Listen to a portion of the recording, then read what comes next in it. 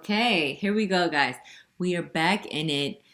Week number 2 of December 2020 in the year that feels like it will never end, but it's actually almost over. If you can believe it or not, last week we talked all about your immune system, how to keep it healthy, what can affect its potential, right? The highest possible ceiling, the highest possible functioning of your immune system. The fact that each of us has a different version of that. Some people have A plus immune systems. That's your highest potential. Other people have C grade immune systems, and that's their highest potential. And they frankly just can't get any higher than that. And it doesn't matter what type of supplements or vitamins or crazy green juice they buy from online, it's not going to boost them higher than their potential. We talked about the things that can affect your immune system's potential that you have no control over, like age or your genes. And then we talked about the things that you do have control over that can improve or worsen your immune system's potential. What improves your immune system's potential? Stop smoking. What else improves your immune system's potential? Prevent yourself from getting type 2 diabetes or manage it well. Then we talked about, okay, so your immune system has its potential, right? It has a highest height that it can possibly reach. How do you make sure that you're actually functioning at 100% of your potential and not at like 60% of your potential? If you have a C grade immune system and that's the best that you can ever do, let's make sure you're at a C.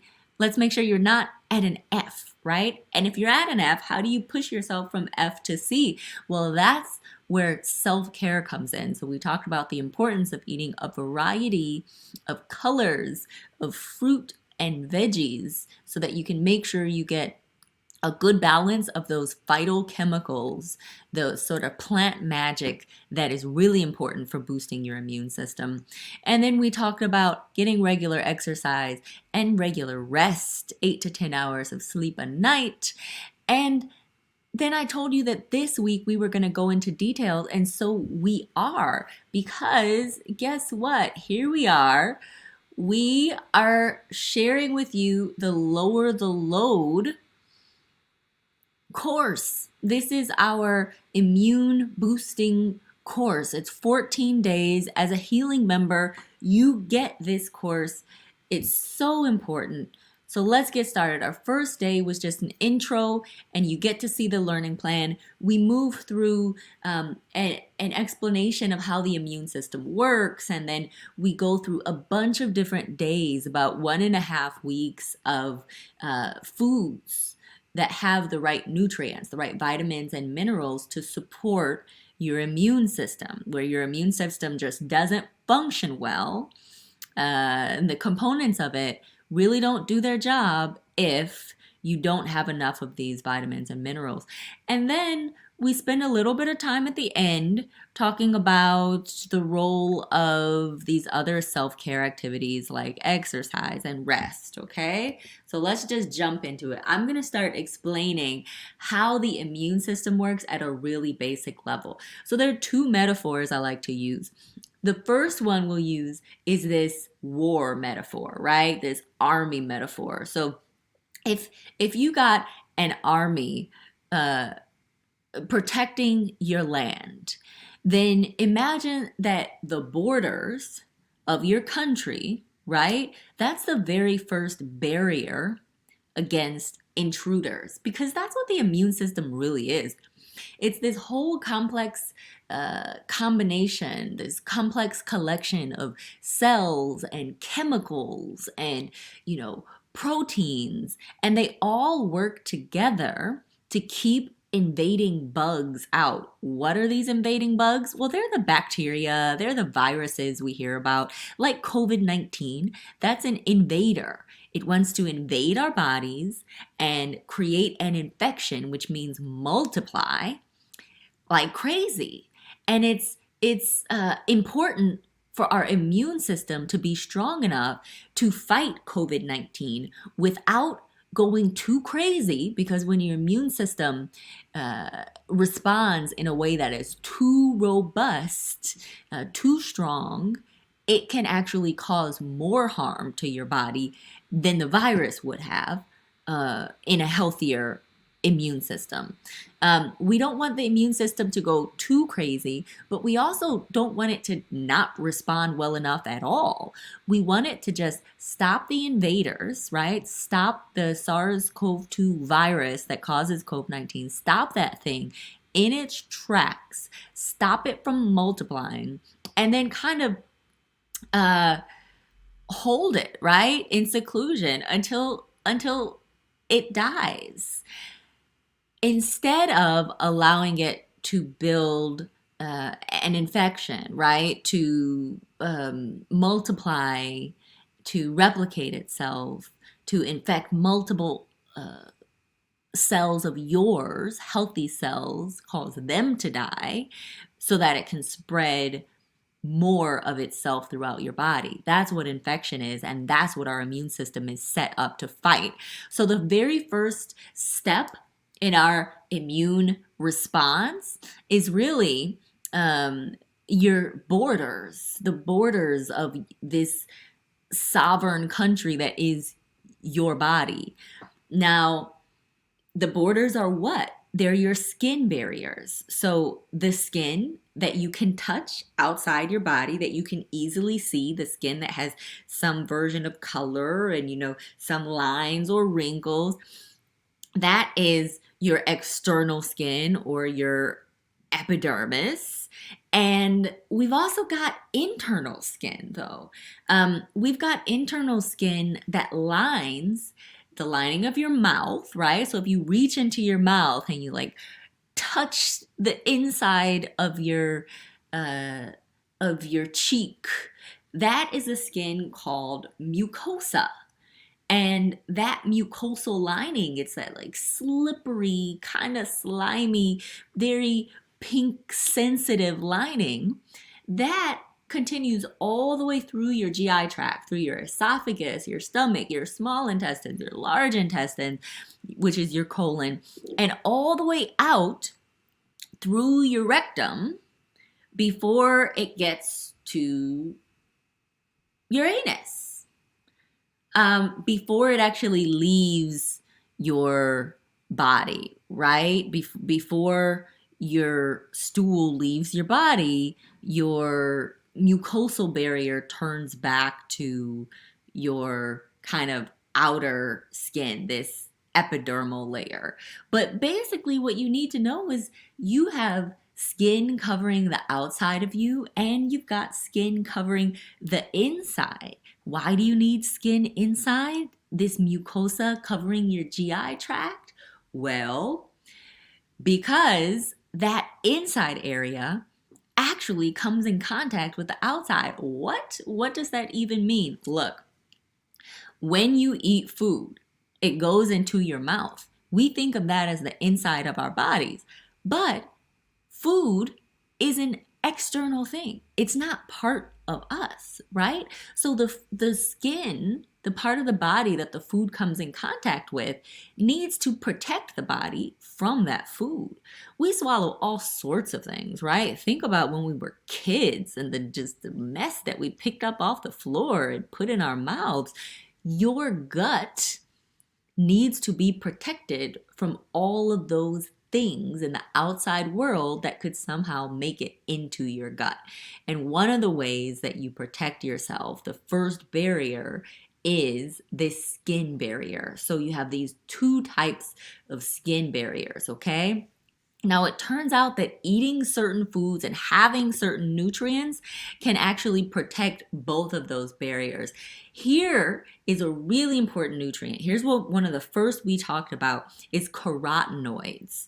So carotenoids are really important for shoring up that skin barrier. Specifically, they're a bunch of different types of carotenoids, but you've probably heard of beta carotene.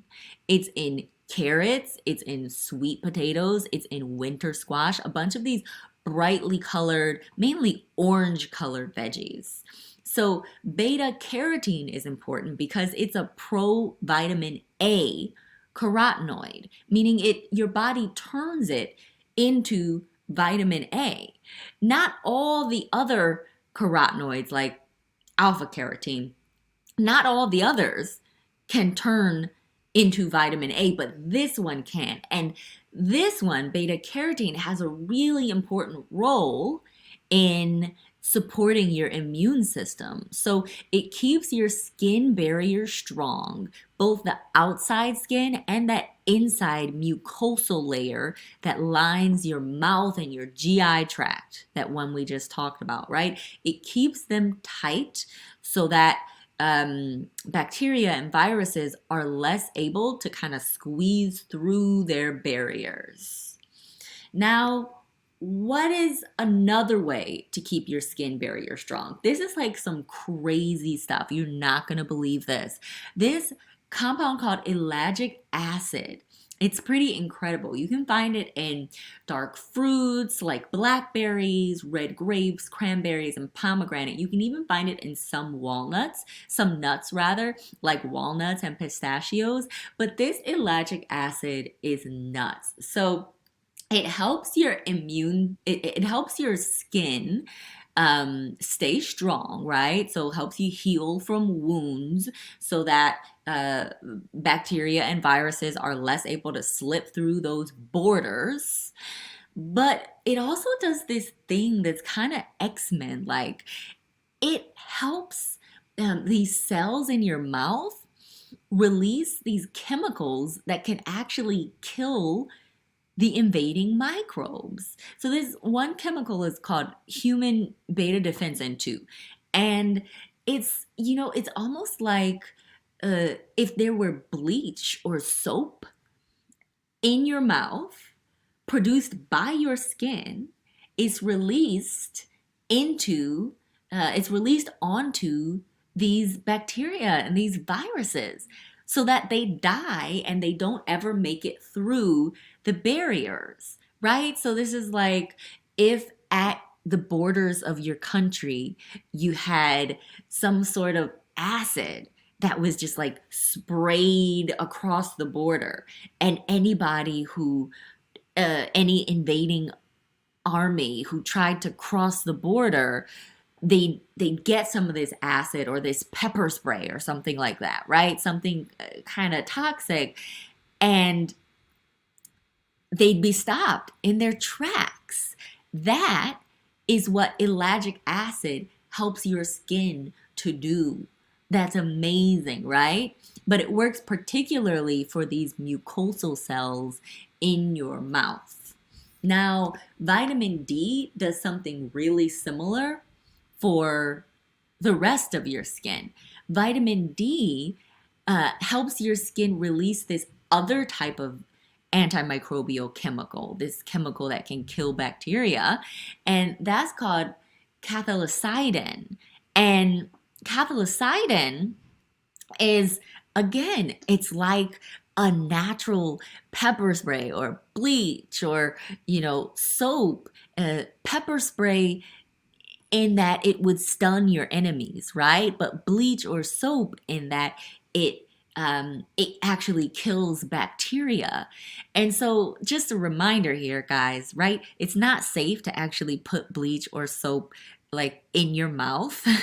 And it's definitely not safe to put bleach on your skin. So please do not do that. But what's incredible is that your skin has actually created its own natural versions of those antimicrobial compounds.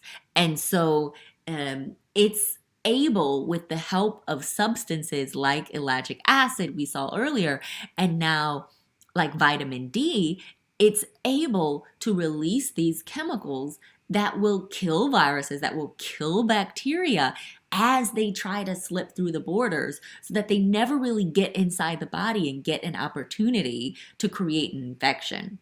So that's a really important role of vitamin D in your immune response. Now, there's this other way that vitamin D is really important. So you got two two types of phases of the immune system. And the very first phase that's involved with these skin borders is called innate immunity. And it really has to do with your cells kind of patrolling your skin borders, and there are a bunch of cells like neutrophils and macrophages, and they just sort of patrol the borders and make sure that everything's okay, and they gobble up any invading bacteria or viruses that they see.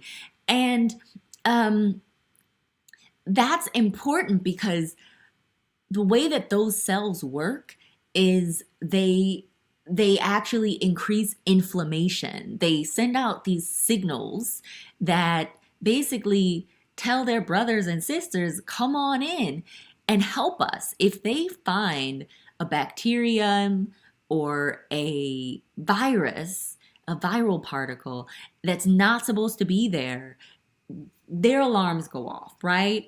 They hit the alarm.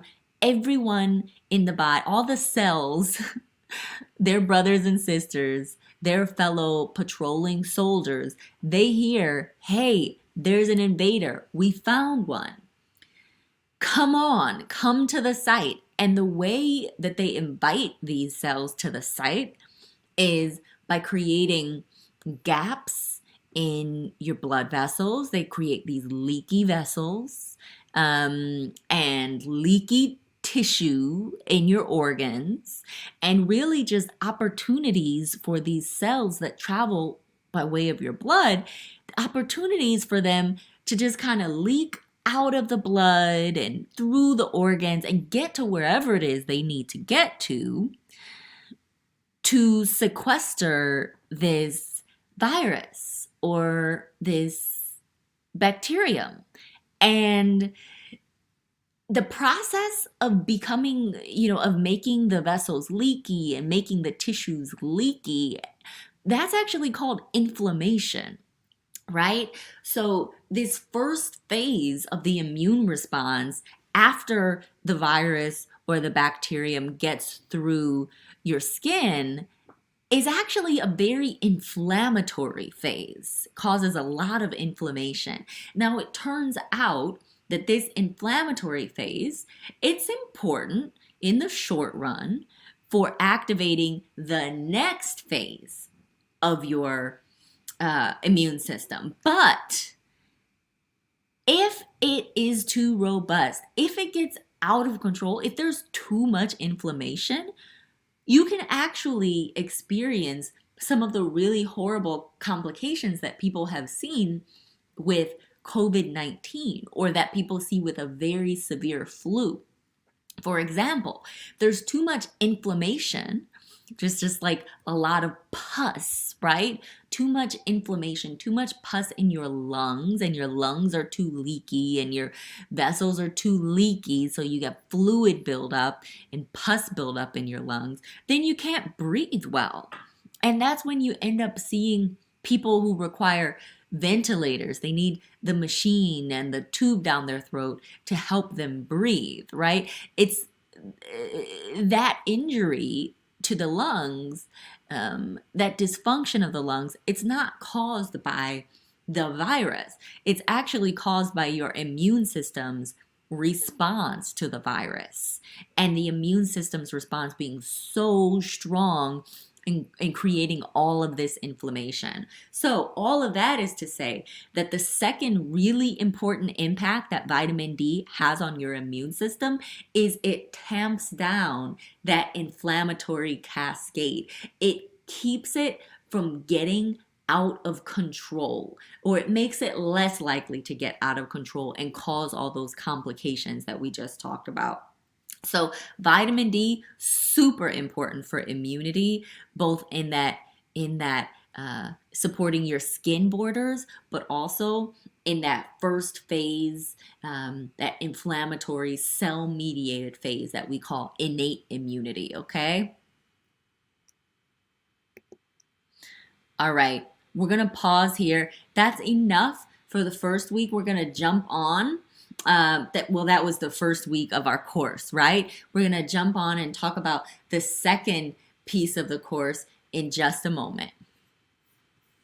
next video. I'll see you soon.